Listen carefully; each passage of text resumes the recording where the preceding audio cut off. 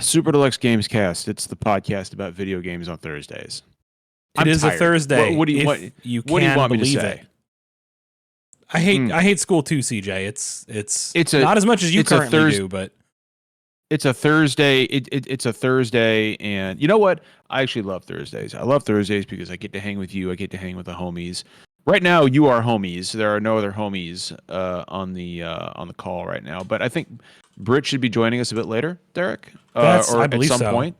Yeah, That is indeed the game plan. CJ does need to talk about bald face day. I am also bald faced today.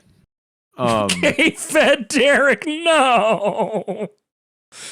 I'm not gonna lie. I without seeing that, I thought you said gay fed Derek, and I was like, that is your new title. No. Gay fed It means Derek. Kevin Federline.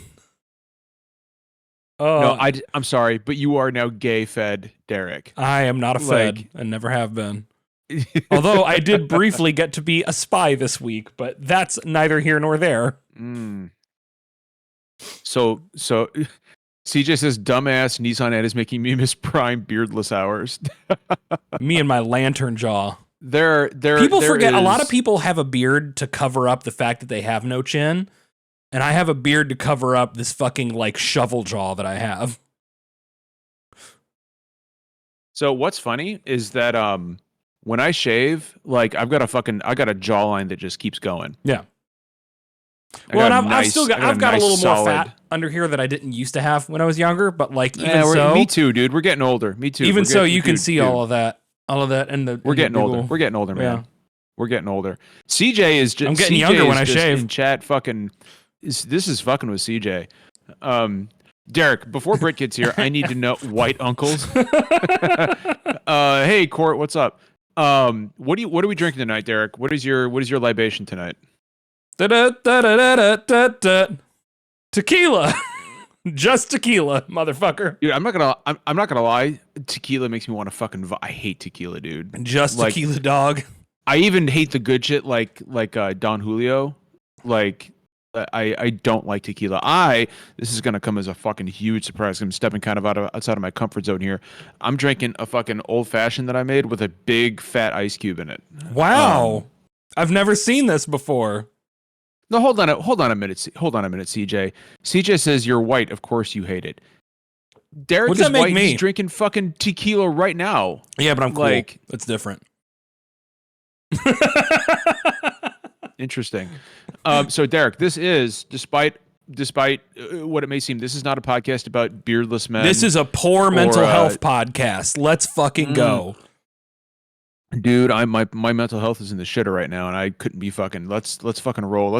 Dude, my mental health is shit. I'm drinking. We're talking about video games. It's 108 miles to Chicago, and we're wearing sunglasses. Hit it, like.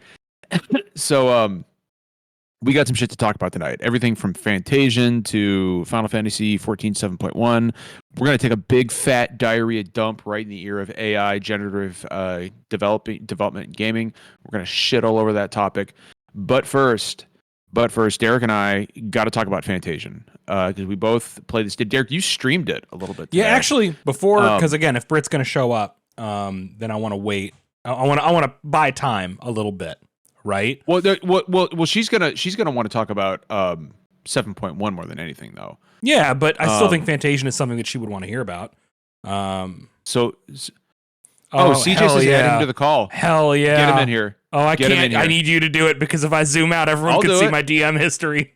I'll fucking do it. Why, Derek? Do you not want people to see your DM history? People can see all the people I'm sending nudes to. We don't want that. No. I'm gonna get fucking CJ in here. John, if I scroll up too much, they'll see our flirting. I don't care. I'm proud. I'm proud of our relationship. I'm proud of our fucking. I added CJ to the call. CJ, if you're there, just jump in. Hey! Oh shit! Oh shit! All right, now it's a fucking party. CJ, are you there? Yeah, I'm on my phone because I have my laptop like open to like a Zoom call, and I have like the Lions game in the background. I have the Lions game on. God damn. CJ, who do you think looks better without a beard, me or Derek? No, neither of you. You're creepy. It's like those videos of babies that cry when their dad shaves beards. Like CJ's the baby. Yeah, I feel gross and uncomfortable. Please turn your cameras off. The unc's shaved and it's bad now. No, what's funny? Like, I think it would have. It would have been less. It would have been less traumatic for CJ if it was just one of us. But I think Derek. I think it's the fact that it's both of us. No, because now I can't tell you guys apart. One of us is bald, one of us has hair. Doesn't matter. Oh, fuck. Dude, it's so funny. I shaved, and first off, my wife immediately was like, "No." And then fucking Britt was like, "Oh, did you post the selfie? Like, let me go look. And she looked at it and she was like, "Nah, that ain't it." I got a haircut today. I got the fucking Dominican fade, and hell yeah, dude. I kept the Dominican fade. The Dominican fade. I look like I could play shortstop for like the Toronto Blue Jays or something. And I kept telling Christine, "Oh yeah, I got a buzz cut." She was at work all day. Got a buzz cut. Kept fucking with her. She's like, "No, you don't look into buzz cut. You don't look into buzz cut. Don't do that. Don't do that." So I kept my beard though because I'm like not like an insane person.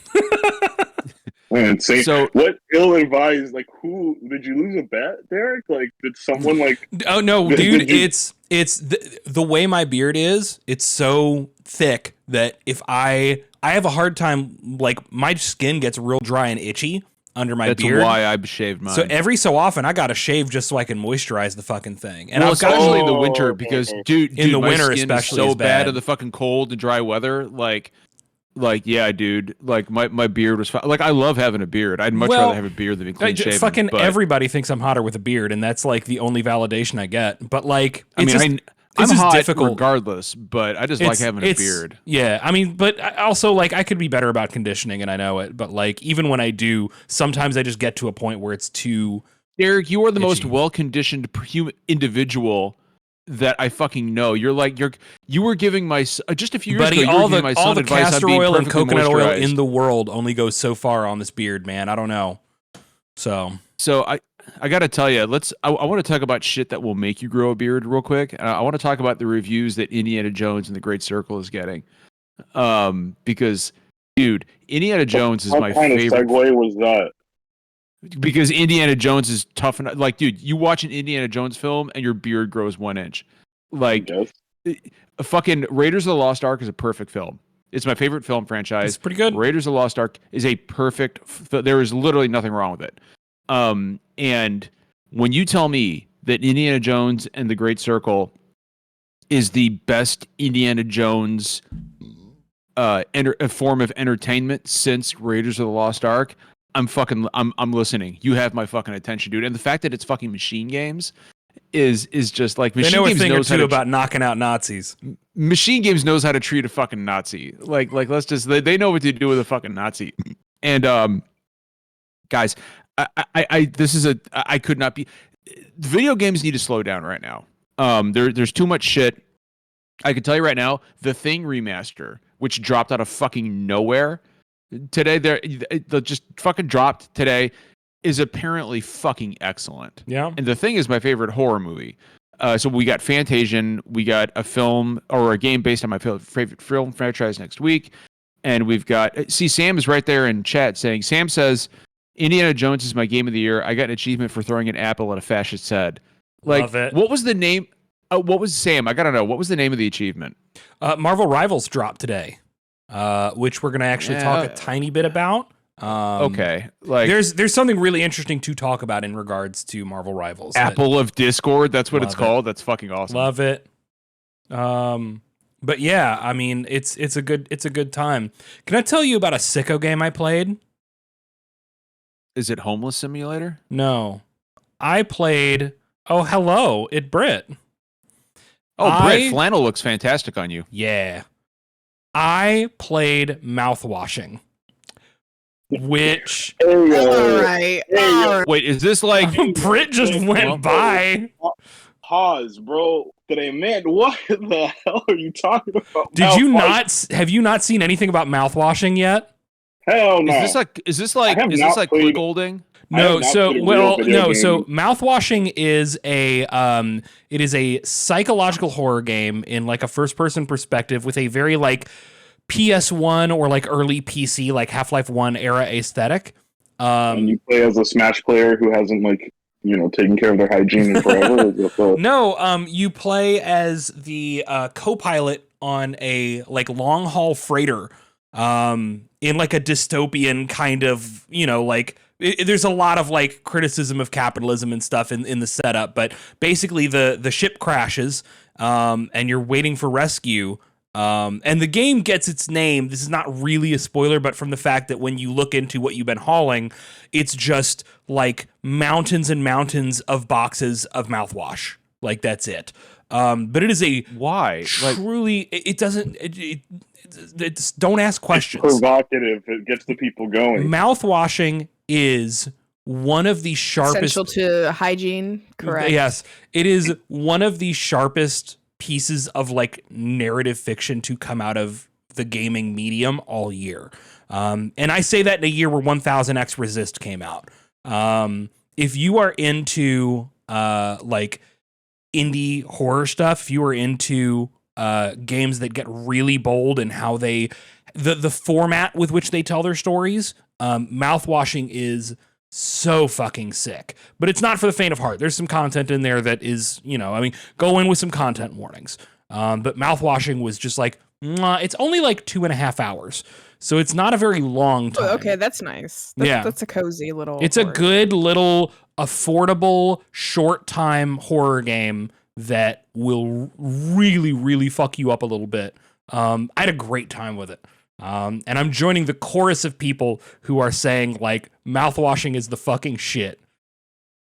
Just game journalists and dentists. Is this new? Like this is the new. First it's new. time It like I've just heard dropped. of It this. just dropped. Yeah. Like I think like mouthwash has been around for a while. Like I have some. Fuck up. I'm an Oragel. Like I personally like Oragel. Like you don't got to worry about. It didn't just drop. It dropped in like September. I just think it's finally starting to pick up. Is what it is. It dropped back in like September apparently. So real quick before we hop into what we've been playing, I want you to say something. A couple days ago, now that Britt is here, I was very clearly in a kind of a rough place, and Britt just reached out to me and checked in on me to see how I was doing. And not that my other friends don't do that. Obviously they do, but Britt was there out of nowhere when I needed someone the most. And Britt, I just wanted to tell you that you are as beautiful on the inside as you are on the outside, and I appreciate you. Aww. I appreciate you too. Britt, you really helped me the other day, Britt. I just want you to know that. But CJ, what's that? Can I throw out what I've been playing because I might have to like hop off? Yeah, fuck it, dude. Go roll. Fuck it, literally. I picked up that new Monkey Ball game. I'm not feeling it. I forget what it's called. I think it's called It's bad when you don't even remember the name. Wait, hold on. You're not feeling a Monkey Ball game? No, man, I'm pissed. Oh, that's unfortunate, dude. Fuck it, we ball was the right choice. It's not even bad. Like it's competent, like it works. But what is it? I double dipped with Banana Mania. Like I got a review code on Xbox. I played it, reviewed it.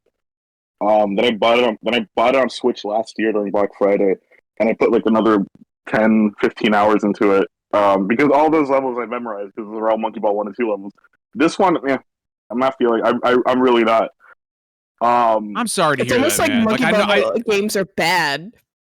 What? It's almost Britt, like you should shut the fuck up. It's almost. I take everything I just said about Britt. I take it back. And like, but see, I was actually going to say Britt sucks, but after that, I don't know. You're on the up and up. Man. Yeah, I'm not feeling it. What a bummer. It's like I have not. That sucks. I genuinely feel bad. I've been so busy, so I've not been playing that much video games. So I'm like, oh, let me try this out. Yeah, bummer. Been playing a lot of Madden, and Britt will tell you that. Derek, you're talking about like narrative in video games. I've course corrected the first half of the Dolphins season. Like our quarterback did not get injured. I knew the fucking Dolphins were gonna come up. We beat the Bills again for the first time in God knows how long since OJ played. And I felt good about it. The only team that beat me so far are the fucking Seattle Seahawks. That's right. Did not That's quit the right. game. I think I let the game progress too far before I was like allowed to quit and like reset it. Almost got pissed. Told Brit, turned off my game, went to sleep. It's fucking Seahawks, and fucking piece of shit. Real men who think about balls daily don't quit. CJ, you got to. Yeah, come on, get back CJ. on. You missed it. I'm here waiting on people. That's weird. All I do is quit. I have the Lions game on in the background, Brit. That's how dedicated I am to this shit. I'm a sicko. I'm a sicko. The only other thing of note that I've done related to video games, I watched that Amazon Prime Madden doc. The one about Okay. You were saying that. That's interesting. CJ, I didn't realize that was a thing. So it's I think it's a 4-part series. It details the sort of rise of like EA games in general, right? Like they talk to what's his name, Trip Hawkins, and his sort of like goal of like, Electronic Arts, all devs are artists, and that sort of journey. His sort of weird like obsession with football and like that one dream of like kind of capturing the sport in like the most perfect way, right? And like him kind of courting John Madden like on this vision, like the approval process was like, there was a good story. Like if they couldn't, they couldn't get 11 guys per team in like the first like prototype, and then John Madden got pissed and he's like, I won't put my name on this if it's not like that authentic. So they spent 4 years working on like a really shitty Apple II game. And then they broke that down. Like it's a really solid. It's kind of fluff because it's in 2 parts. The first part's like the history of like Madden NFL, and then the second half is like all about like the release date of Madden 25 and how like EA is like, no, we hear the fans. We're trying our hardest to like fix everything, yada yada, this and that. So again, there's a lot of like self-congratulating there. But it's solid. Like they jump into everything. They do like the weirdest like episode like cliffhangers or like teasers. Like one of them ended with like the reveal. Oh yeah, Michael Vick's gonna be on 04. Then it cuts like the next episode where they talk about how big of a deal it was to have like the most broken video game character in the entire world be on the cover of a game. Then they talk about how like the year after they had to get Ray Lewis to like kind of like counter. It's a really solid, like it's the most comprehensive like video game documentary I think I've seen. Like it's on par with like a really solid 30 for 30. Again, a lot of fluff. I don't know if like EA was that like involved with like the background stuff of like, well, I'm sure they were because they had to like interview these guys, but it's really good for those who are interested in like not just obviously sports video games, but video game history in general. I mean, like we kind of don't realize that like stuff like racing games and sports games kind of drive the industry. Oh yeah, absolutely, dude. They drive the sort of innovation. I mean, like every console launch, there's a new annual like sports game or something that's like, oh yeah, this is like the showcase, right? This is the showpiece. I mean, hell, the 360 had that weird trailer for Madden 06 with like the Eagles, and it looked like, oh yeah, like it looked nothing like an actual video game, but you can tell they're really trying to pump out. CJ, you are 100% like over the target. Like, you know me, I'm not a huge sports game guy, and I still to this day maintain that 3 of the best multiplayer experiences, like couch co-op experiences I've ever had, are NBA Jam, NFL Blitz, and NHL 94. Like, yeah, 100%. 100. Like it's that thing where it's like it's the one sort of like that bridge, right? Like that sort of bridge of like anyone. How my dad and I have played FIFA like multiple times. Like he can grasp like the simplicity of like kicking a ball into a goal like in a virtual space. So it's a solid watch. Again, I don't think your interest in football has to like be like this complete over the top thing or like this complete like this like overarching thing. I think it's a solid watch, even if you're just mildly interested in like how a video game company can like right. come about. If you're interested in video games, you should watch it because it's like regardless if you follow sports games or not, it's still a big name in the industry, and it's interesting to see how it got its comeuppance. It reminds me a lot of like back in 2020, The Last Dance, where it was like multiple episodes, and they got like footage of stuff that we had never seen footage of. Like here they had like footage of like Michael Vick going to test a game out, which is insane. Like that's an insane piece of like history, right? That's like an insane piece of history. They got like the old, like, the precursor to like modern esports, they had like the guys competing for money, which is absolutely crazy to me. There's some really good footage in there, and again, it inspired me. Like, oh yeah, I'm gonna go back playing. Like, I'm gonna spend my winter break playing Madden, and then the fucking Seahawks ruined that for me. That's CJ, I gotta tell you, man. Like, I am just really sorry that I am just really sorry that you didn't, like, you're not vibing with the new Monkey Ball, man, because I know that franchise is super special to you and super important. My thing is, man, look, they're doing too much. The levels themselves don't feel substantial. The story bits interrupt it too much. There's some weird like customization features. I mean, it's cool. Yeah, I could play as Tails from Sonic, but then like it feels like it's playing it too safe. And then the stuff that they do, like try to innovate, quote unquote, it just feels like I'm not having fun with. I'm not playing like a competent game. I feel like I'm playing like bad DLC, and that bums me the fuck out. Like that sucks, bums man. me the fuck out. I'll try to see if like maybe it picks up like, and I beat the first world, and I'm like, That is really unfortunate, man. That fucking blows. I'm sorry that there's no worse feeling. I think there's no worse feeling that like completely loving a franchise. And Britt, you kind of went through something like this with Dawn Trail recently, like them loving a franchise, actually. Yeah, then like and absolutely not vibing at all with something that you are very connected with, and that you love a great deal. And we're gonna get into all of that in a minute. Real quick before we get into what the others have been playing, I do want to just say real quick.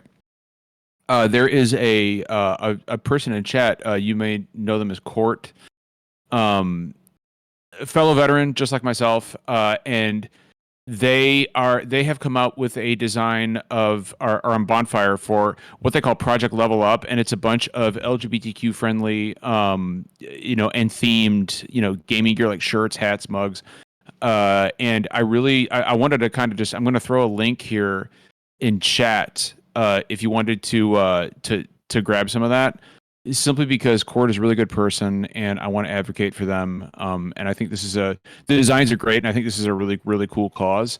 So if you want to go throw Cord a few dollars and grab some of that really cool LGBTQ themed gamer swag, please feel free to go do that. I'm going to grab one for myself. So I would really appreciate you guys at the very least if you would go check out their designs, because I think they're really inspired, especially since Court is a fellow veteran like myself. So that is something that is very near and dear to my heart. Hell yeah. I want to so I got to talk about Fantasian.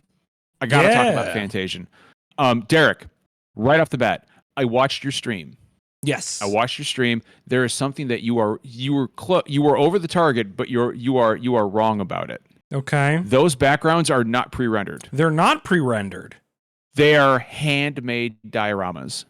Well, okay, so they are photos of handmade dioramas, because I wondered if that might be the case, and I said they're almost certainly pre-rendered because the amount of work it would take to be like photographs of. They are flat images, like they are not a 3D rendered space. So, but they are photos of handcrafted dioramas then. Yeah, every background. Love that. Every background in that game, Derek, every background is made by hand, and photographed into the game. That artisanal shit. So Fantasian, for those who don't know what we're fucking talking about, is the new RPG from Mistwalker and from Hironobu Sakaguchi, the creator of the Final Fantasy franchise. It is very much a throwback to the PS1 era. Oh, very dude, specifically.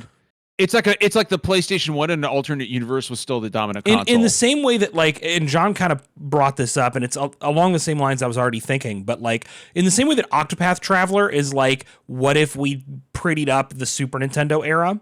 Like what if we never moved past Super Nintendo era visuals, right? They just evolved. Yeah. Fantasian is that for the PS1 era, right? It is models moving on flat static background images. Oh, we lost CJ. Oh, well, he's probably got No. He had to bounce. Okay, so. I figured. I mean, we knew that was going to happen.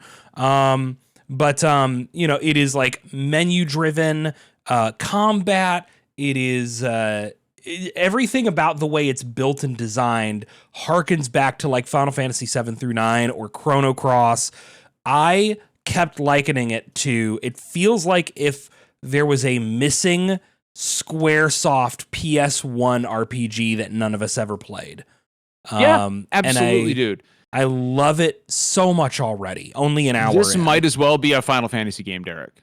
In a lot of ways. I mean, mechanically, it's got its unique elements, like the fact that attacks aim in like lines and things like that. They're like line based, yeah. Positioning and stuff matters, but what's cool is like curving spells around enemies to hit other enemies. Like I haven't gotten far enough to get to that sort of stuff, but like, Derek, I can't wait. So you knew that skills were not going to just be straight lines and direct attacks. There was going to be playing with shapes. So Derek, you can curve. So like if an enemy is like playing defense for the rest of the enemies behind it, you like when it comes to like actual magic, not abilities, you can curve spells around them. And it is oh my god. So like Derek said, like this is a very dolled up version of a mobile game, like a very good mobile game.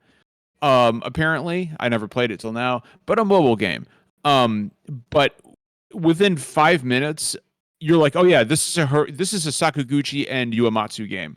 110%. Oh my god, you can Uematsu is killing it on the score. Like there is very weirdly an option to throw in random Final Fantasy battle tracks. I don't know why you would do that. It's Square Enix collaboration, but yeah, why would you? It's Uematsu. Uematsu did an original score. You listen to that, right? Like, you have to listen to that. And when I tell you that this is a gorgeous game, I mean exactly that. I love it so much already in such a short period of time. And I've played it for I'm clearly farther than you are. I've played for about 3 hours. So far, granted, I'm only 3 hours into what is apparently like a 60, 70-hour RPG. Yeah. I love everything about this so far. Yeah. Derek, like it is one, like I literally called Derek before even watching his stream, and I was like, Derek, this is a PlayStation 1 RPG. If PlayStation 1 had just remained the dominant console, what I was saying, to evolve, right? Well, and like here's the thing. Apparently you said that on your stream. Yeah, this is really cool because like for you, there've been a bunch of these RPGs, like big, like from Square Enix even RPGs that have harkened back very specifically to the Super Nintendo era of RPGs. Right, of JRPGs. Yes. And a lot of indies have done the same thing of like, what if we went back to the Super Nintendo era and we just did like a beefier version of that in a lot of ways. And Fantasian to me feels like the first time somebody targeted like the late 1990s PS1 era Squaresoft of like Final Fantasy 7 through 9, Chrono Trigger, Vagrant Story, Xenogears, like that era of RPGs, and said, what if we did one of those instead? And that's the era that I really fell into RPGs, right? Final Fantasy 8 and 9 were huge for me, along with some others on the PS1. So like this is giving me that nostalgia hit that usually you talk about and I don't feel. And that's been nice. It's nice to feel that for once. Britt, Fantasian is so fucking good. It is so fucking good. You're muted. Is that the one that's a mobile game and then? Yes. Just got re-released. Kind of remastered, consoles. Re-released, beefed up. Yeah. Mm-hmm. Britt, it is. You know how like Bravely Default is a Final Fantasy game in everything but the name. Yes. That's essentially what Fantasian is. Like it's like you've got your potions, your ethers, your Phoenix Downs. Like I mean, it is Phoenix feathers. Yeah, as like if that makes a difference. It's Hironobu Sakaguchi. It's Nobuo Uematsu. It is a Final Fantasy game. This is the one my Finn really liked, right? Yes, he was hardcore into it. No, Finn has been singing the praises of the mobile version for years. He wanted to, but he wouldn't have had time to do anything with it. So. He just doesn't have time right now. Yeah. I feel that. But I am absolutely fucking in love with this game so far. It is so fucking good. And I'm home from work tomorrow, and I can guarantee what I'm going to be doing just about all day is just sitting my ass. Now, I will say this, Derek. So you're playing. By the way, we should stress for full transparency, we received 2 codes from Square Enix. Yeah, absolutely. We got a PC and a Switch. So yeah, we did not purchase this game. We were given codes by Square. So just fucking immediately having played it, know that I would have bought this game though. Like, I'm in. So I would have bought it too. Now I will say, so Derek, you're playing it on Steam. I'm playing it on Switch. I will say that there are a few little bugaboos with the Switch version that I would like to see get patched out. And first and foremost, hey, Dan Wisenhunt, one of our earliest viewers in chat. Hey, Dan.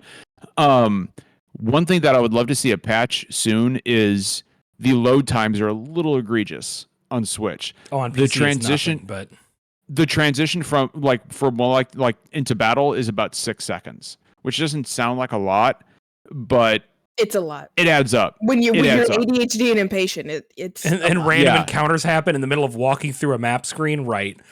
It adds up, and so that it's by absolutely no means a deal breaker. And in fact, I would recommend you get this game on Switch or Steam Deck if you have a Steam Deck, simply because this was originally a mobile game. It is meant to be played on a mobile device, in my opinion. I'm loving it on my big pretty monitor. I don't know. Right? No, for sure. I feel like there is a very cozy couch aspect to this game, or like lying in bed playing because Derek, I watched your stream. You described it as a comfort food RPG, and you're absolutely for me, like over the target. Yeah, 100. Like if you have any affinity for PS1 era RPGs, that's exactly what this is. It's like moisturizing my skin. It's soothing the pain in my heart a little bit. Britt, you would absolutely fucking love this shit. You'd be all over it. I bet. I mean, I just hope it's not crazy long. Interested. Yeah, that's my sink right now is games that are long. I'm kind of like, ooh.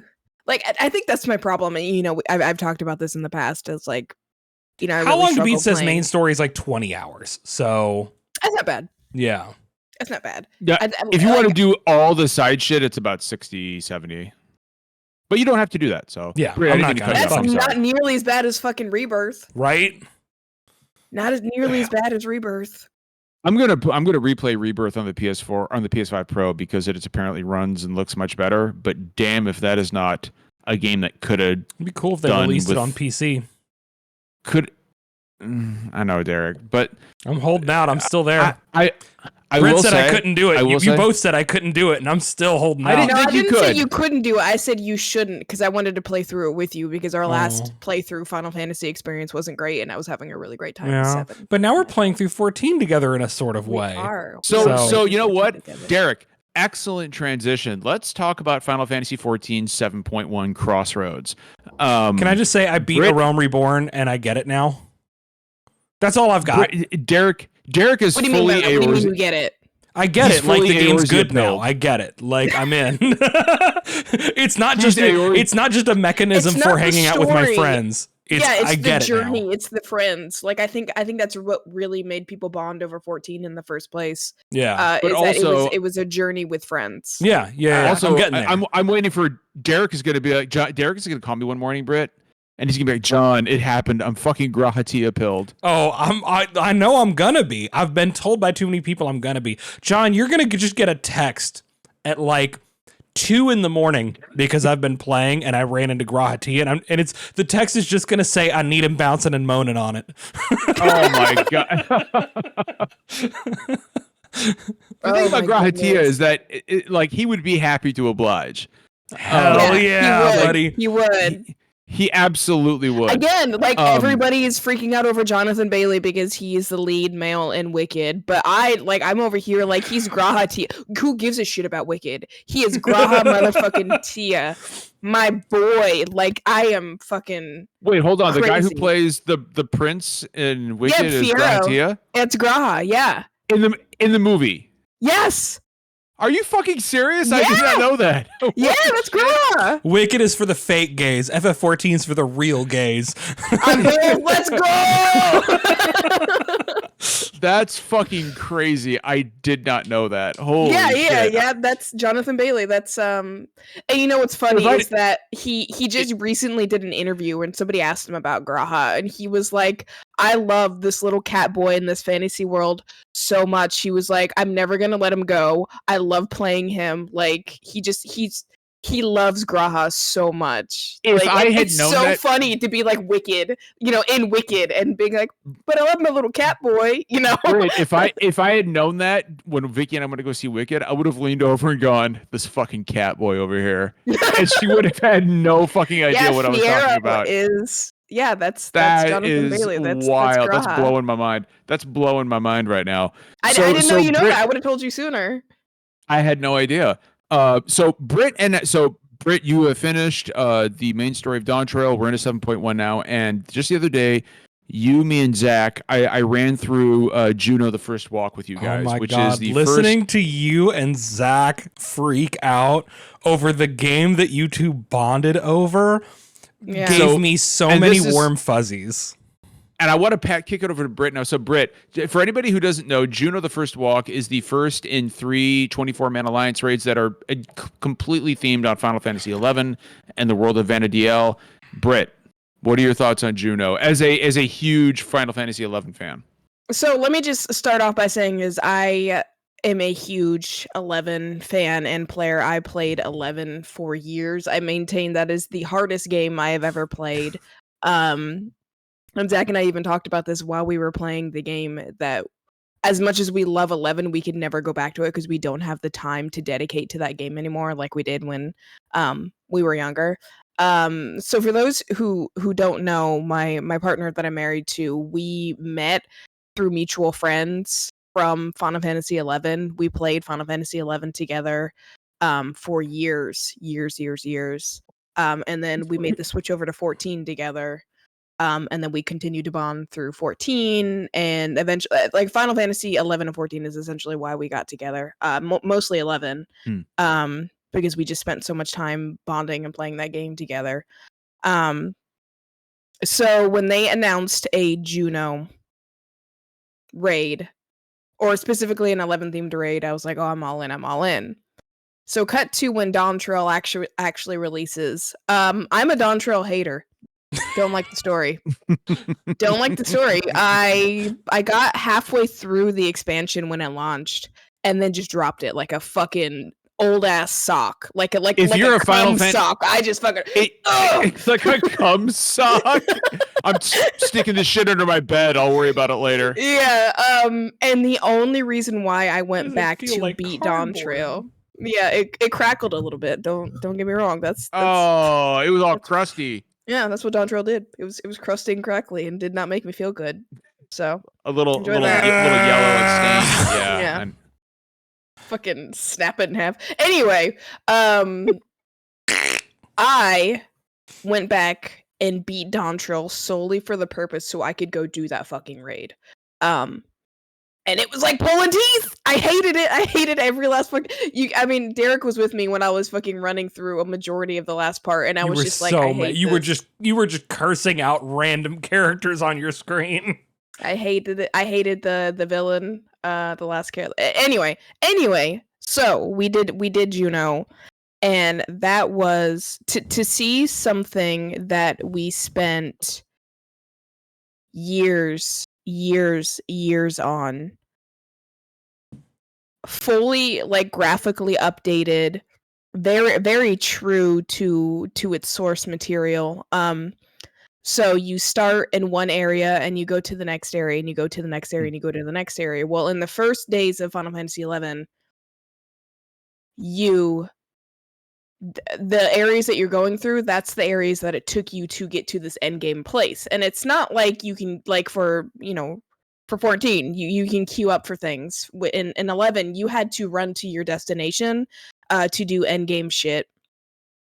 And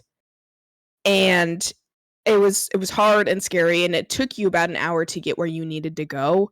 You'd have to fight through enemies. Like it wasn't easy.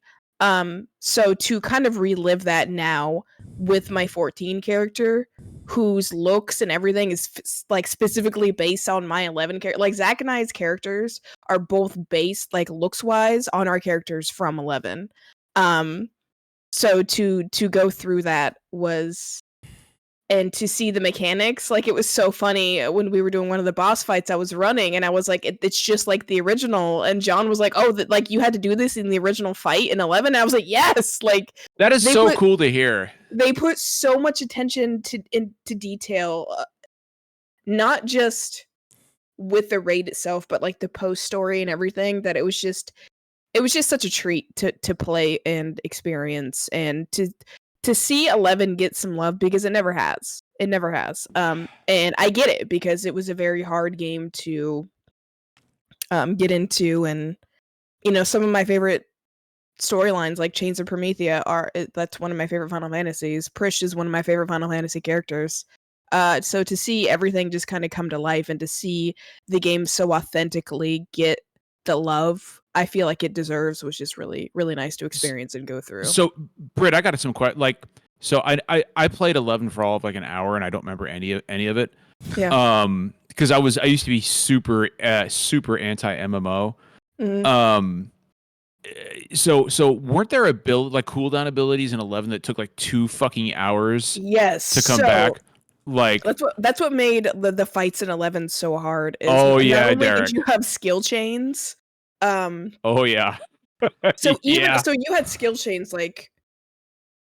So each weapon that you had a weapon ability, and that weapon ability could like pair up with somebody else's weapon ability, and then if somebody else used their weapon, basically you can go around house and you do what's called a skill chain. So each person would use a skill and it'd make a change, and you do a lot of damage. The unfortunate thing about that is a lot of people were not melee characters per se. Like the casters would have to get up on their ass, and that's usually not a good time. But yeah, there were skill chains, there was 2-hour abilities. And a lot of the story fights and the end game fights were geared towards those abilities, and if you fucked up, that was it. Like because like for instance, Dynamis, that was like the end game raid. You would pull enemies, and some of those enemies, like the very beginning enemies that you do in Juno, those are what are called like time enemies. Like if you kill them, they give you more time, and you know, basically you have X amount of time in the dungeon, and the more you kill them, the more whatever. I see. So if you used your 2-hour and you fucked up mechanics, like you're fucked. Like y'all want me to tell you how I single-handedly wiped a raid once, and we had to leave without winning in 11. Oh, that sounds rough. That sounds really fucking rough, man. It was terrible. We were in there for 2 hours. We were in that raid for 2 hours. Dynamis Zarkbard, for those of you who know, once you get to the end, there are these enemies there are 3 enemies, and if you cast magic before you pull, basically they come at you. So basically you just kind of have to group together and like pull, and then cast your protect, and you know, all of that shit that you need. That's a lot more involved than 14. Oh my god, yeah. And so we were standing there waiting, and just out of habit, we were about to pull, and I cast haste on my tank. And the enemy, like, we weren't even near the enemies. It's just one of those things where it's like, if you cast, like, they're immediately notified. And they ran over to us. We didn't have time to, like, do the group, and I completely wiped the entire raid, and they were not happy at me. They were not happy. I was so embarrassed. Like, I was so embarrassed. I'm laughing with you, not at you, Britt. No, laugh at me. I was an idiot. Like, it was so long ago that like I don't fucking care. You know what was so cool though, Britt, about like playing a Juno with you guys, was hearing you and Zach like just react with glee to like, oh my god, look, it's the same. Oh my god, look, it's the same. Like, you know, oh, look how beautiful really Juno lovely. Is. I didn't even get to see any of it, and it didn't matter. It was wonderful to hear. Yeah, like Britt. No, I'm sorry. Go ahead. No, go.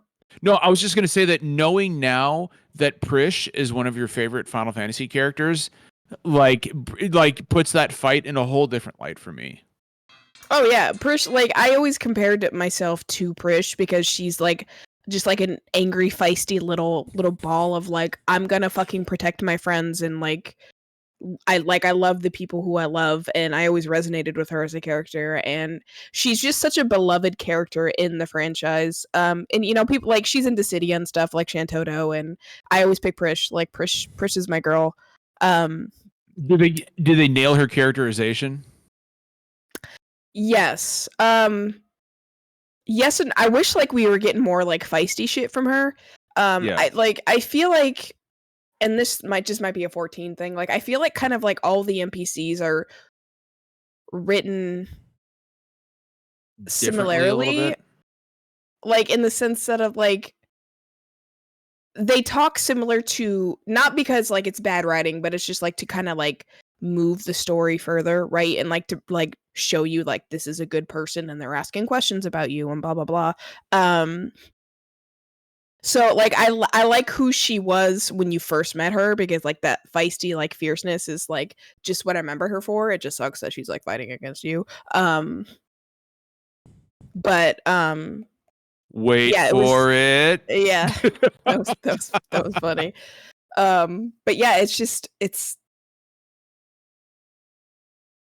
really like just nice to see how they've adapted 11 into the game, and just to see 11 get loved, and like just the attention to detail, even like when you're in Juno, like the people, like the shades that are standing next to the auction house, they were saying the same things, like they were saying the same thing that the NPC that was standing next to the auction house was, you know, the person who was at the Tenshoto place was you know, saying all that shit. That was like everything was just similar. And then like they even brought up a quest in the beginning of the game. To get your sub job, you had to gather 3 items and turn them in, and they brought that up, and Zach didn't remember what it was, and I remembered like very vividly like what it was, what enemies you fought to get it. It brought back a lot of memories of 11, and just I just really loved it and enjoyed it, and even if the fight was hard as shit. So the Shadow Lord fight is fun, but hard as fuck. Like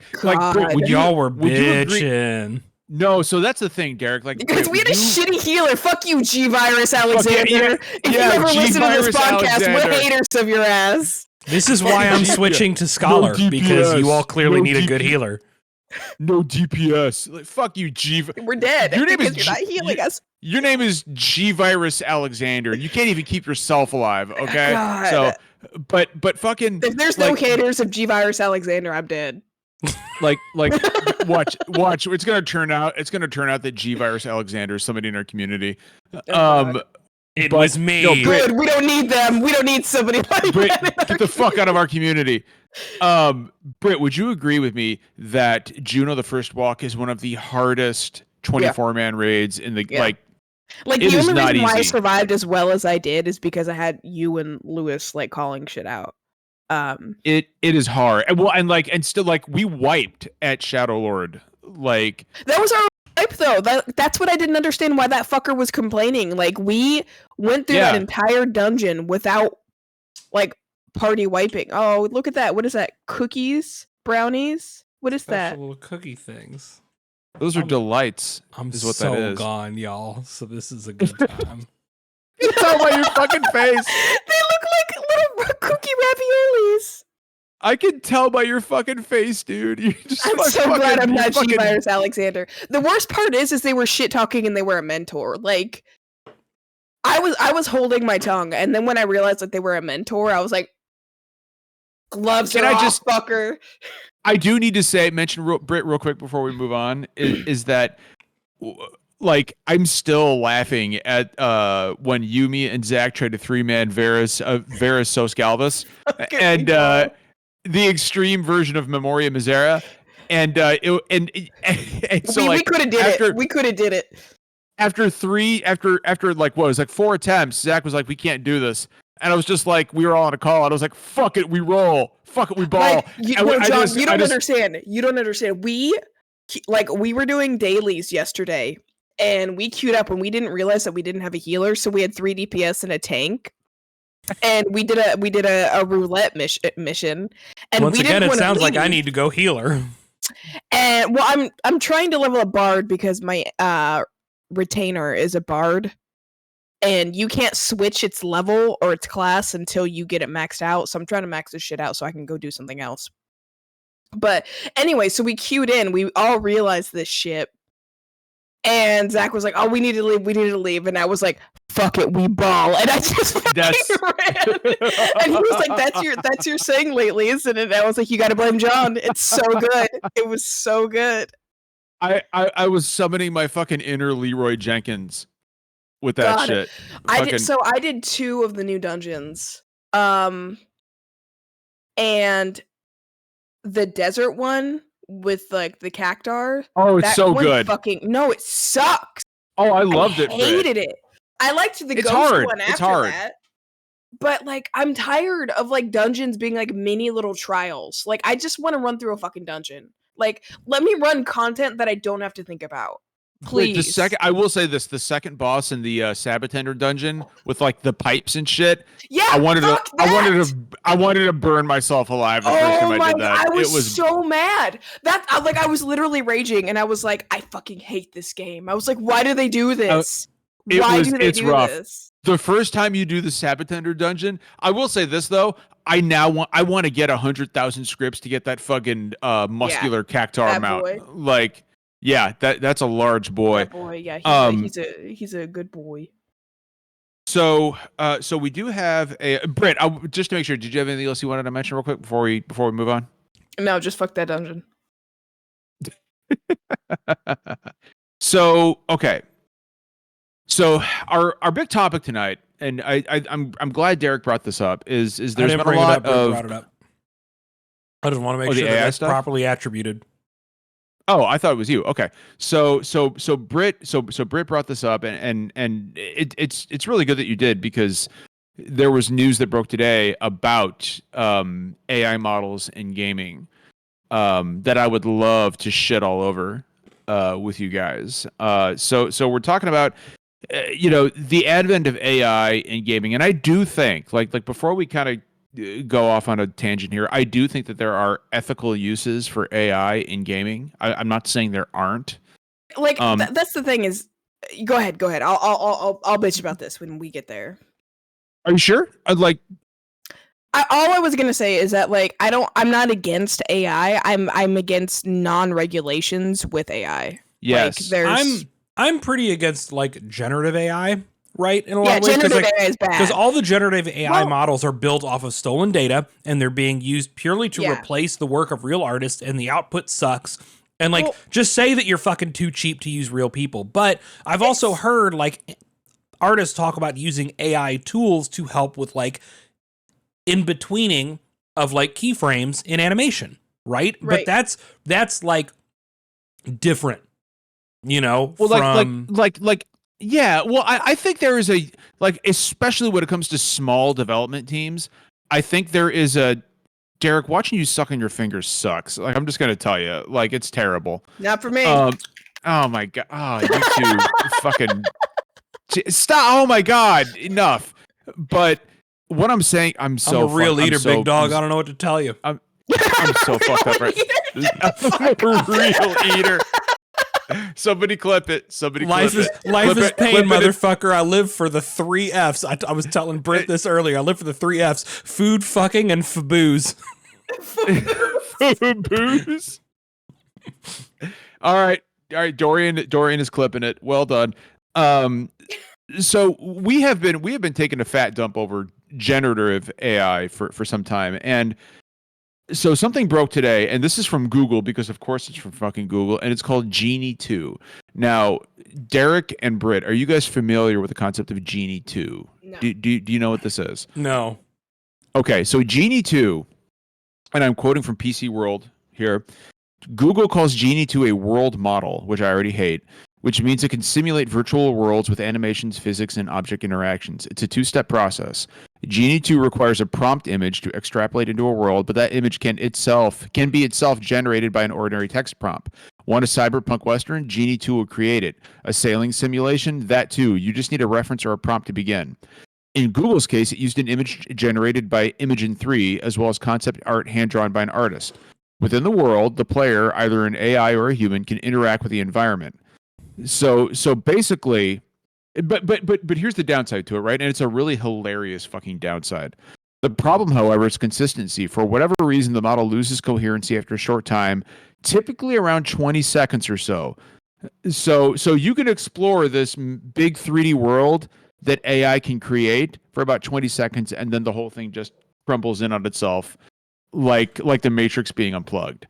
But essentially what this does is it creates an explorable open world with a single picture. And I've seen some videos of it. I've seen pictures of it. And guys, I got to tell you, it looks like shit.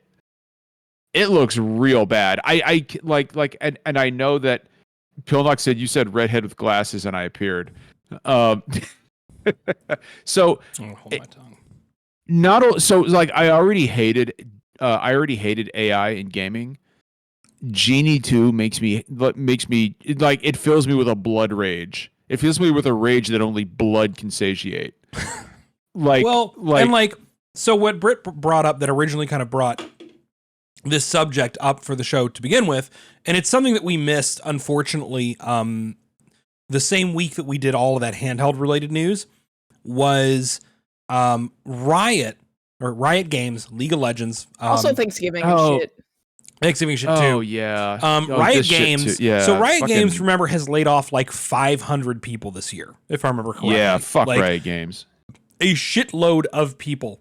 And Riot is now hiring for like interns and other roles related to AI art.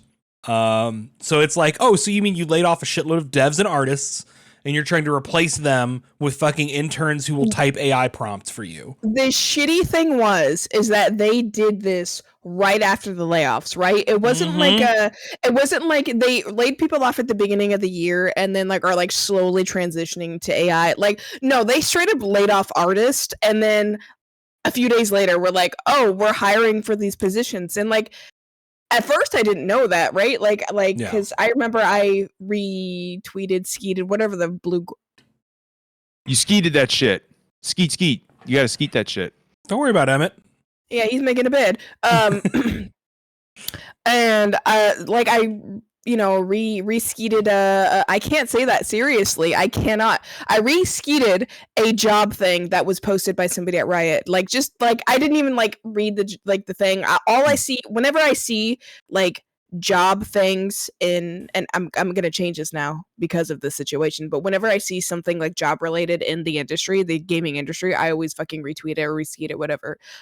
Just because I feel like people deserve those opportunities. And turns out that it was an AI thing and I didn't read it. And that's on me. But the shitty thing is like with AI is it's like it's not being used properly because AI can be used for great things. The problem is that the people making these things are doing it very unethically.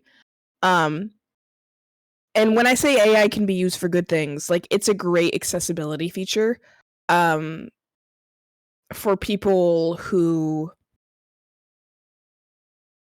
like writing, for instance, right? Like ChatGPT is a great example of somebody not maybe being able to vocalize things or write things in a way that society deems proper or should be, to what people basically normal standards, right? And it's just like AI can be used for great things if it wasn't such a predatory fucking thing, and that's what it is. So the reason why this got brought up is because I was on, for those of you who don't know, for my career I'm an admin assistant, and I've been one for the last like 10 years. And we were on this big, I work for a big company, and we were on this big admin assistant meeting, and they were like, utilize this AI, like it's great, it's doing all these things, like, it can help you do all of your job duties. And I was like, yeah, I bet it fucking can. Like, if I'm prompting it to to solve the problems that I'm having, like, you're essentially going to replace me, right? Like, that's what it feels like. And, you know, I was venting about it to Derek, and I was like, I'm not going to fucking use this. Like, they can push this on me all they want. Like, I'm not gonna fucking use it. Because I was like, yeah. And this is the predatory shit that people are doing that I think is probably having in the games industry, right? Like, you're having these meetings and you're having all these upper people telling you, like, oh, this thing is going to help you. It's going to be so great. Like, it's going to make your job so much easier. Like, it's going to help you. And then turn around and however many months later, it's going to cut you because all the stuff that it was helping you with, it can now do. So they don't need you anymore. Like, or at least due to like 80% quality enough that some asshole in middle management goes, that's good enough. I can't tell the difference. Right. Eventually all we're going to get is like people who are proofreading in like jobs. But like, for instance, the new Coca-Cola Christmas ad they have going out, all completely AI generated. All completely AI generated. And it's like, so you Coca-Cola are a huge, like, you're the biggest leading soda retailer, and you can't afford somebody to make a fucking commercial for you? You can't afford to make a commercial? It's not even a very good commercial. It has none of the soul that, like, look, Coca-Cola does pretty good holiday commercials usually. The polar bears! Yeah! The polar bears! Yeah, I get it. So there are... Here's why I truly hate the idea of AI in gaming. And again, with the full acknowledgement that I do believe that there are some small handful of ethical uses for AI. I think back and I, you know what, this really, I've really been thinking about this ever since, and forgive me for mentioning his name, but Elon Musk said, we're going to create an AI gaming company, you know, to make games great again. And everybody clapped their flippers together, you know, jerked off on each other. It was like, oh yeah. Together. It was like 50 men that did it. And but well, I'm talking about those 50 incels. But I thought back to some of the most emotional and moving moments that I've ever experienced in video games. And I thought about moments like all the way back to like, you know, Celeste throws herself off a cliff in despair, right? Because she thinks that everybody she loves is dead. Or, you know, Aerith dying and what's eating and, you know, Edith Finch. What a fucking masterpiece. Edith Finch. You can't AI create that. Like, the end of I just got done talking about fucking mouthwashing earlier. Like sicko games from artists. The end of Edith Finch, where she's like, you know, and I was the last Finch alive until I met you, or you know, or like until I learned about you. And I'm not going to spoil what happens. I played that game against Derek. I played that game once. I played Edith Finch because of Derek. I was watching you stream it, and then it was before I was on the podcast. I was watching you and Martha stream it, and then I was like, I was gonna say, I remember streaming it myself, and I remember streaming it with Martha. Yeah, I was watching that stream, and I was like, oh, that's a great game. I gotta leave. And Zach and I played it together. Or like you know, you cannot take it. You cannot take a moment, and I know if you've played Edith Finch, you'll know what I'm talking about, where, you know, your brother was a kind and gentle man, and he will be missed here. Or like the bathtub. Yeah. And like, you cannot tell me. You cannot tell me that all those moments were written by people with hearts and souls and feelings and experiences. And AI life doesn't have the experiences that people do. You will never convince me that AI can write a fucking could create or could replicate that kind of fucking emotion or experience in any video games, in any entertainment medium. You will never convince me that, because AI is missing the one thing that everybody else has, and it's fucking humanity. Yeah. And AI is good for creating. I'll never believe it. Is what it is, right? Like, because the problem is AI generated imagery. Like, I hate when I spot it in ads, because it's getting to the point where it's all very samey in a lot of ways. But it also, like, it looks bad. It looks soulless. It looks cheap. And if you can't tell the difference, it's because you have shit for standards and no artistic sensibilities. And like, that's okay. It's fine if you were born without the ability to see the beauty in human creation. But like, that's something lacking in you. Yeah, it's capitalism, and that's what it comes down to. Is the capitalism, especially like over the last 10 years, has evolved way beyond. It's always been about what the public has wanted, and now it's about. And capitalism has always been this way, but now it's about like, well, who gives what the public wants? We're gonna make what we're gonna make, and the public is gonna take it because that's all they're gonna get. And sadly, a lot of people in the public will fucking eat it up because like, and this is why my pedestal for a very long time on this show and elsewhere has been like, gaming is an art form, and you need to treat it as an art form, not as the capital C content that you that you fucking whore from a trough at the end of the day, like the sad little piggy you are in the capitalist farm. Like that's why I think indie games are becoming more and more popular, right? Like it's just because a lot of us want to see the heart and soul and the visions that big corporations just don't do anymore. Like so and it's Britt, frustrating. Yeah. So I'll put a different spin on it. Like we've talked about AI not being able to replicate like like real human emotion, but I also refuse to believe that AI could ever replicate true human creativity because Derek, here's my example. Senator Armstrong would be fucking impossible with AI. Who is that? I'm sorry. From fucking Metal Gear Rising. Nano machines, son. Could have gone pro. Like, but instead I served my country. Actually, I've got a great, very recent example, John. A ton of our journalist buddies got to go to Japan to Capcom headquarters to both do a hands-on behind the scenes with Monster Hunter Wilds, but also to like tour the studio, talk about how the studio has changed, in the wake of like Monster Hunter World's success and how all of the money, because people got to remember Monster Hunter World's like one of the biggest games of all time, not just Capcom games. That was the big one they released on PS4, right? Yes. Okay. That's when I played and I quit. Yeah. Well, it's not going to be for everyone, right? But it sold like Call of Duty. I'm not trying to. It sold like Call of Duty and Pokemon numbers, right? So Capcom had money. Like I remember John asking me on the phone one time, is it like as big as Resident Evil? And I was like, John, Resident Evil wishes it was Monster Hunter these days. Yeah.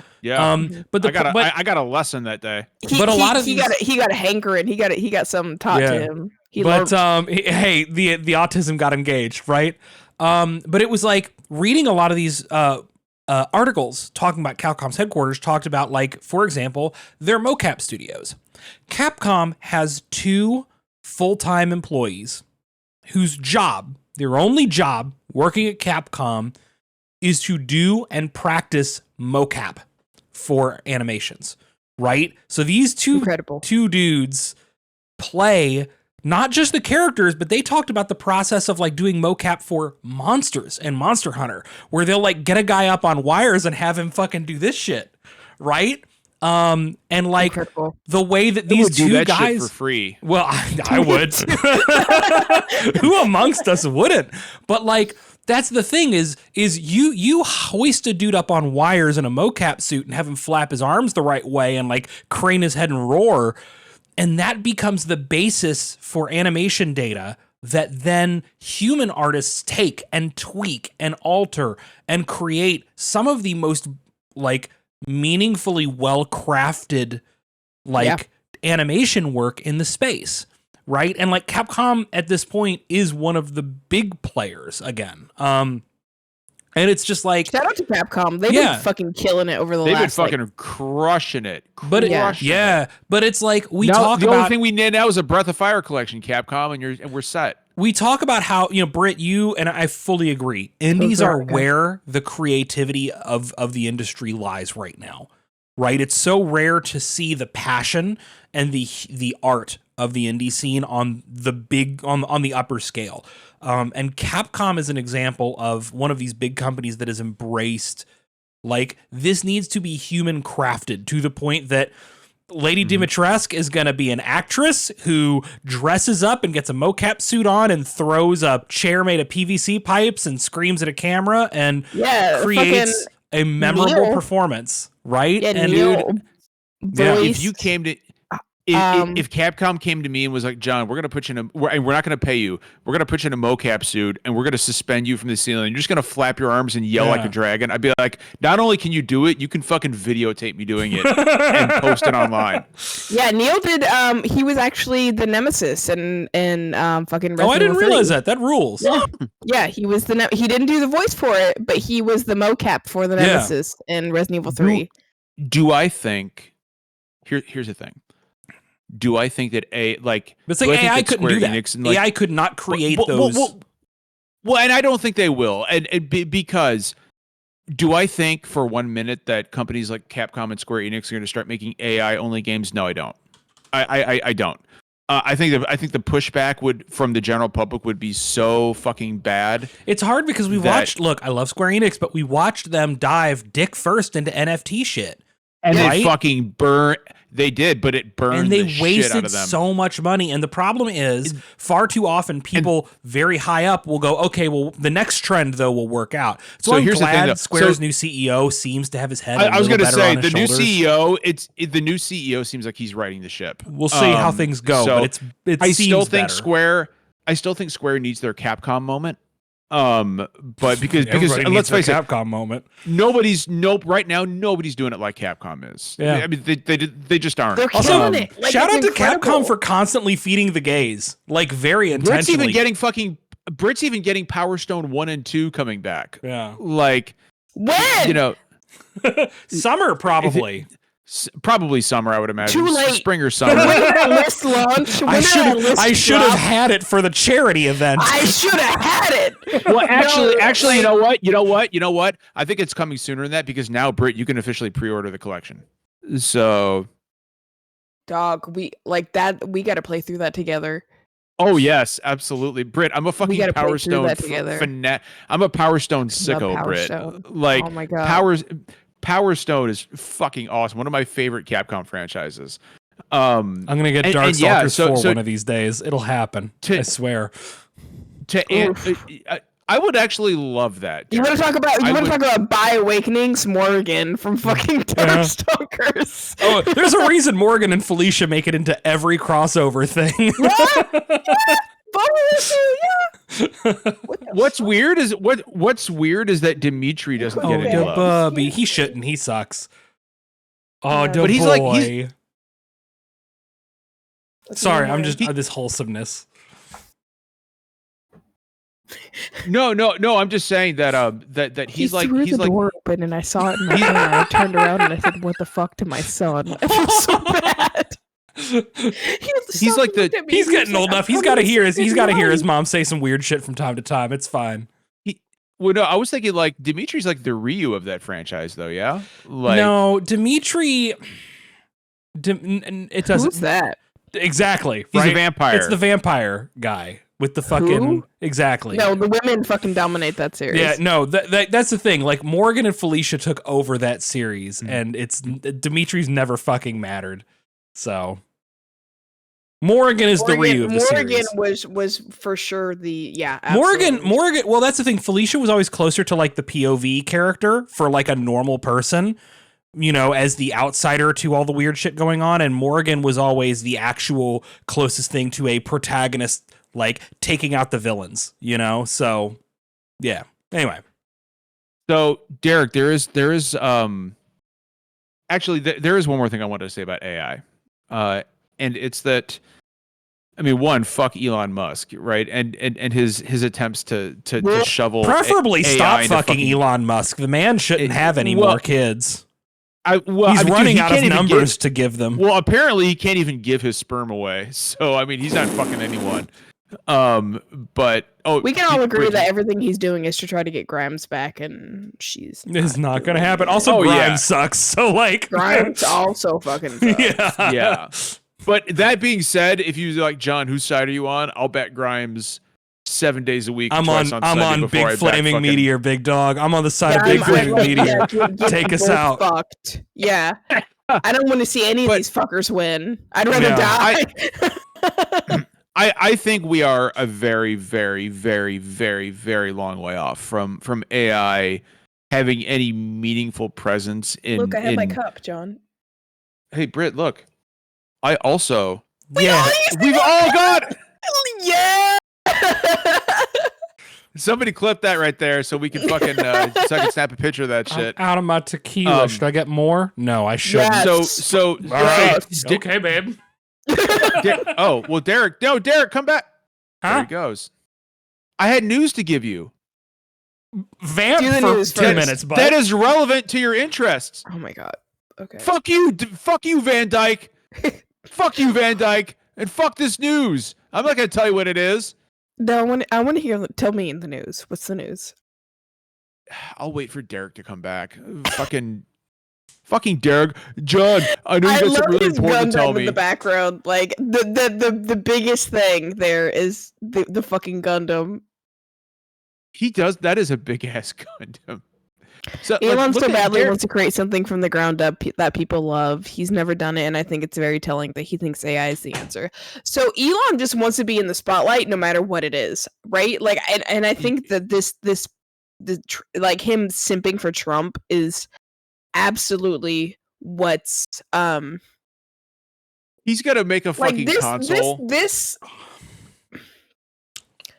I don't want to bring up politics, but I'm gonna fucking bring up politics. I'll do it any day of the fucking week.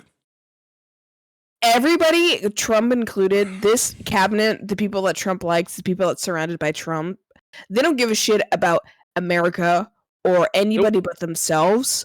All they want is to create a fucking legacy. And to do that, the easiest way to do it is just to be a fucking incel. And appeal to the dumbasses of this country. Because when they do that, then they get the butt pats, right? They get the attention and they get the butt pats. Wow. Hell yeah, get some butt pats. Right? Like you're doing a good job, like patting that butt, right? Like I'm all about some butt pats. That's what's happening. And it's weird, right? Like it's weird to have a president that doesn't give a shit about anybody, and it's weird to have a cabinet that also is like, it's just celebrities and their egos that want to be fucking stroked. That's all it comes down to. Why the fuck is Stephanie McMahon gonna be fucking in charge of education? You mean Linda McMahon? Linda McMahon. Fucking any of them. I don't give a shit. Vince McMahon's wife. What? No shit. Yeah. Really? Yeah. I didn't know that, bro. Let's pour one out for my homies, and by my homies, I mean RFK Jr. gonna. I mean, we're fucking. I always thought RFK sounds like Katharine Hepburn, who can't stop orgasming. I'm gonna take away all of your cereal and replace it with sawdust. Anybody who cares about themselves is going to care about themselves more than they care about anybody else. And I care about you guys more than I care about myself. Yeah, no, but we're good people, right? Like we all fucking sacrifice ourselves for each other. Fucking right. But they don't. That's the thing, is that they want that attention, and they want to get fed because they're so fucking insecure. Because they're empty inside. Well, I say that, but like I'm empty inside, and that doesn't change the fact that I still care about others more. Like here's the thing though, Derek. After I tell you the news that broke today, like right before the podcast, you won't be empty inside. No, Derek. This is good, wholesome, and it is give me good very news, relevant. dude. I fucking need it. Oh, Derek, it has been a day, my good bitch. Derek, there's a reason I'm on glass 2 of. I'm almost done with glass 2 of tequila. Here we go. Are you ready for this good news? Oh my god. Evercade manufacturer announces partnership with SNK. I don't give a shit. Yes, you will, because they are releasing officially licensed Neo Geo products in 2025 and 2026, including a new console. Yeah, we'll see. No. It's gonna be a micro. We're getting a new Neo Geo console. It's gonna be a micro console. Whatever. Where's my Final Fantasy IX remake? It's coming at some point. Life sucks! We're not gonna. Life sucks! It's there. It's all my Final Fantasy characters just fell down. Do you see that? There's a reason why. That's an omen, John. That's a fucking omen. Brit fucking shouted so loud that all my Final Fantasy characters fell off my desk. Oh, but my goodness. No, it's coming. It's coming. It's coming. We'll see. It's see. Eventually it'll be here. It'll be here eventually. I was like, what happened to that Final Fantasy IX remake? And I was like, oh no, it's coming. It's coming. We're not going to talk anymore about that. But Switch 2 Final Fantasy Tactics That's remake. I don't get here after Suikoden. That's right, John. You and I are together on that. So here's the thing about that, right? I cannot fucking believe that within the span of about a month, we're getting both Suikoden and fucking Lunar remasters. If you've never played the Lunar franchise, I cannot fucking wait. Lunar 1 and 2 are stone cold fucking classics. All I remember from Lunar is the song. That was a fucking smash. Lunar had some of the coolest fucking cutscenes in any video game ever. Lunar came out anime weeaboo bullshit, which is why it's anime. You are not a fucking anime fan, because a lot of anime is just that bullshit. Yeah, John, you have no psychic defenses for anime.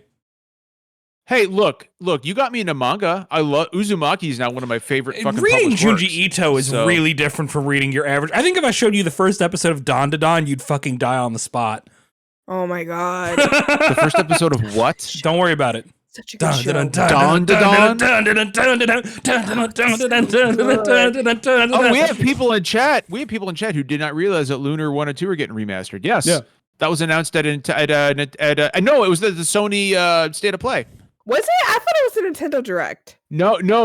Oddly enough, Suikoden was re-announced at the Nintendo Direct, and Lunar the was first re-announced. Episode, yes, Pillknock. Yes. Absolutely. I think everything after the first episode is still like anime bullshit, but the first episode is like, anyway. Yeah. Why is it called? Okay, all right. Why is it called Crunchyroll? Is that like a sushi thing? Like, hey, I got a Crunchyroll. Like that's where the name comes from. Yeah.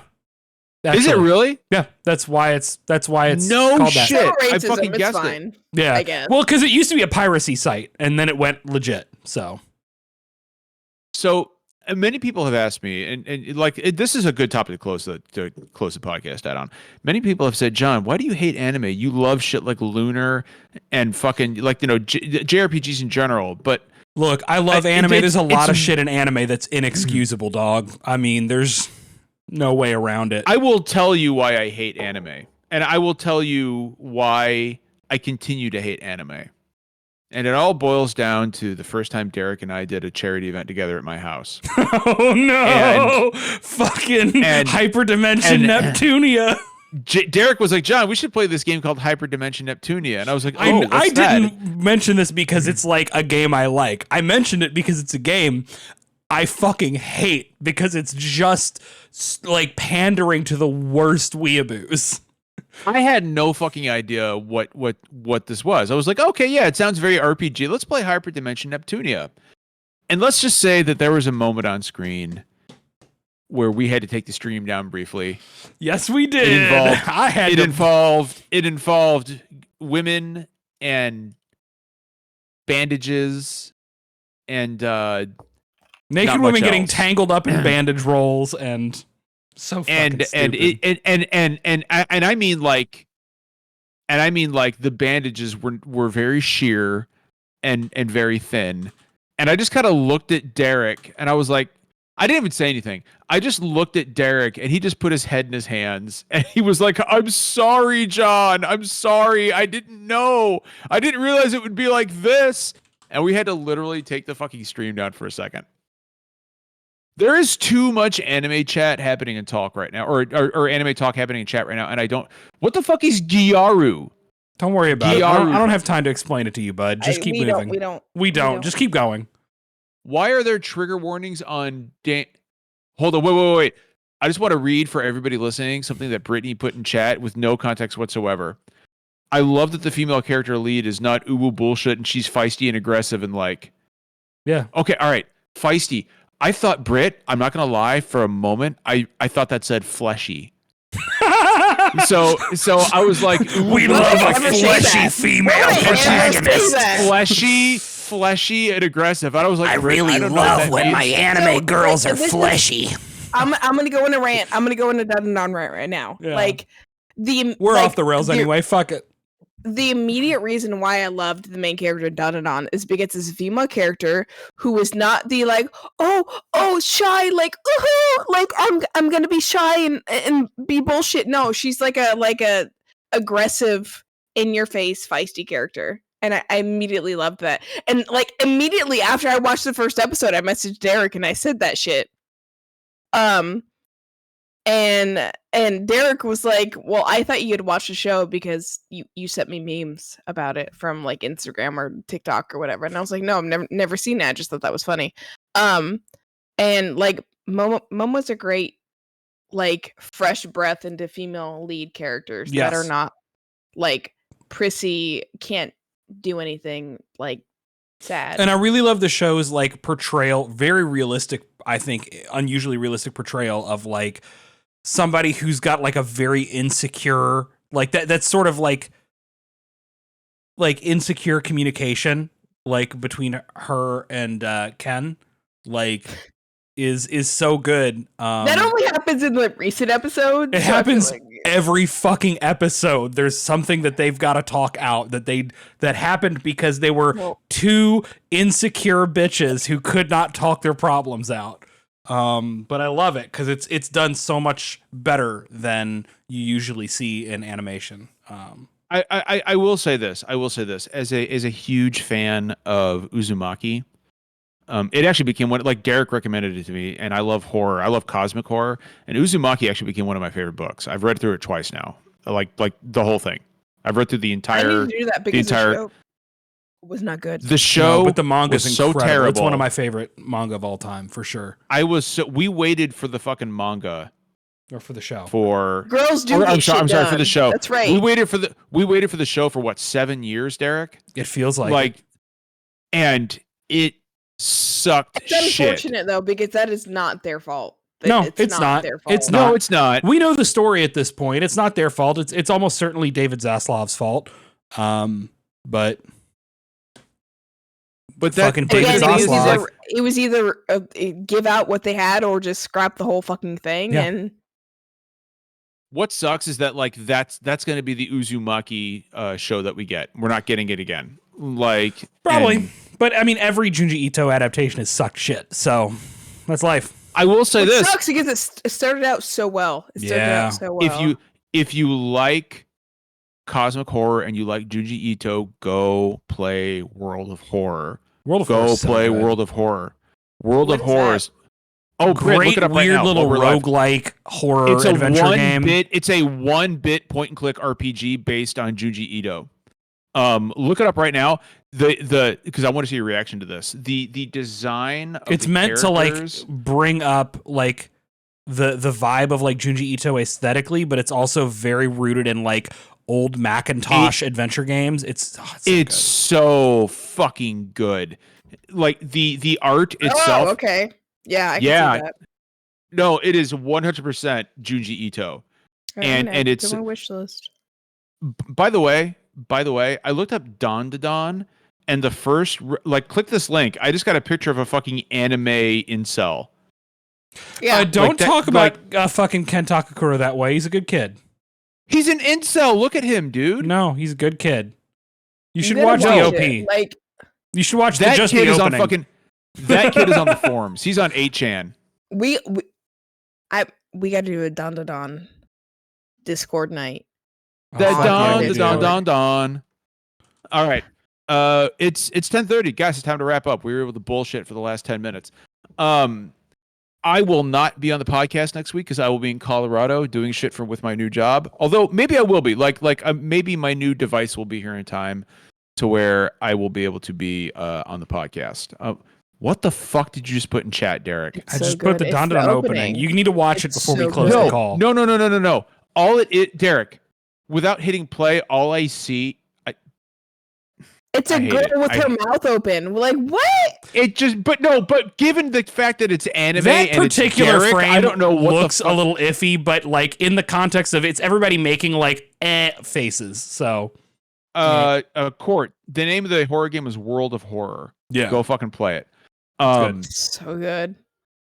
So guys, we'll go ahead and wrap it up here. We're getting close. We're getting close to the end of the year. We got to start talking about our Game of the Year show. Oh shit! Oh shit! I didn't even think about that. We do. We got to start. Balatro, baby. Balatro Max. We got to start talking about it. Coolest Kids Award. Got to start planning that. We got the if you remember the community, we got the holiday party coming up. In probably early January. Very early January is what we're gonna do. Yeah, just because too many of us are gonna be too busy through the holidays. So, hey guys, we always have a holiday party. We always have about 25 people in the call at any given time. We play Christmas music, and it lasts for hours, and we always have a fucking good time. Always have a good time. Derek, go ahead. I got something. Guess what just happened a couple days ago? Charlotte and I, for the first time in almost a year, recorded an episode of Castle Bravo. We're coming back. Oh, really? Oh, just the two of us to start the season. But here's the thing: in a couple movies, I really need both of you to come in. Which movie? I'll tell you about it, but it's one of my favorites. It's a very, very, very good one. Godzilla fans in the audience. You told me what to watch. GMK. So. Godzilla fans in the audience. It's GMK. So yeah, it's a good one. I don't know what that is. Well, you'll find out because it's gonna be good as hell. Anyway, yeah, Castle Bravo is coming back, motherfuckers. As soon as the holidays are over, we'll start publishing. So I had so much fun recording the Baby Godzilla episode with you. I might have given you. I thought I gave you the worst episode, and then Britt got the one with Vagina Eye Monster. Yep. Yeah, Britt had to get Godzilla 1985 as an apology tour. It's still my favorite. It's still my favorite Godzilla movie. It sucks shit, but it's you're gonna genuinely love GMK. I'll tell you that. Anyway, that's an aside. So, all right. Well, we will go ahead and wrap it up here. Thank you to everybody who tuned in. We greatly appreciate it. Please, if you're not a member of our Discord, go join it. We hover between 500 and 490 people on any given day, and it's actually, weirdly enough, we're one of the smaller podcasts, but we have a bigger Discord than some of the bigger ones, which is funny to me. So please come join it. It is heavily moderated. Heavily moderated, and we are inclusive of all except those who are of a right, except for shitheads. We are not inclusive of you. You can eat shit. You can eat shit. Battle the paradox of tolerance. We fuck them up. Pilnock is right. You sure did. Pilnock is right. You know what? Pilnock is right. The moderators are absolute tyrants, and it's a good thing. Pilnock, by the way, is one of the moderators. I think our motto is just eat shit. Yeah, eat shit.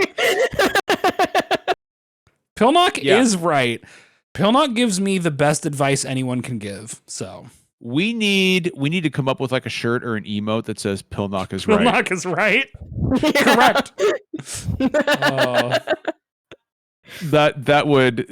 I think that would, with like Pilnock, do you remember the art? I mean, like she made once, she took a photo of herself like looking over a balcony, and it was a really picturesque shot, and I photoshopped out the yard and put in like this huge sea of people, like stretching as far as you could see. So it just looked like Pilnock was about to address her fucking citizens. I'll have to find that. Brett, have you ever known Pilnock to this is where I post from pick. No, Pilnock, absolutely not. If you still have, so she still has it. Can you send that to me? Because I can't find it anymore. And it's one of my greatest works, and it makes me fucking laugh every single time. But yeah, guys, we appreciate you all. Take care of each other. Enjoy the holidays. We'll be back next week. Remember, the kindness costs nothing. We'll see you later.